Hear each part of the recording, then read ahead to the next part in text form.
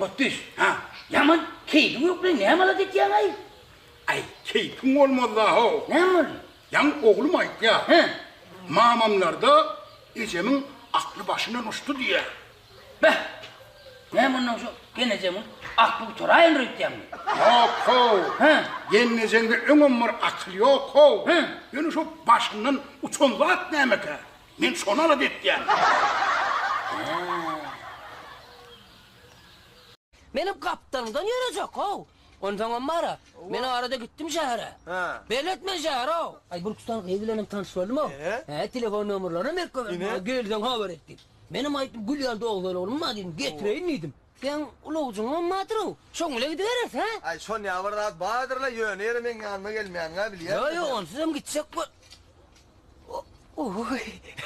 Ay şehirden hem İsmet'i arayırdım. Stayın kıyıları nervet de o vamının kıyıların bir de yetikler. Şehre gitmeli o verdi. Yalvarmam oturma. Mine bağırır gidecek. Ne mi lan ama mine gidem ha.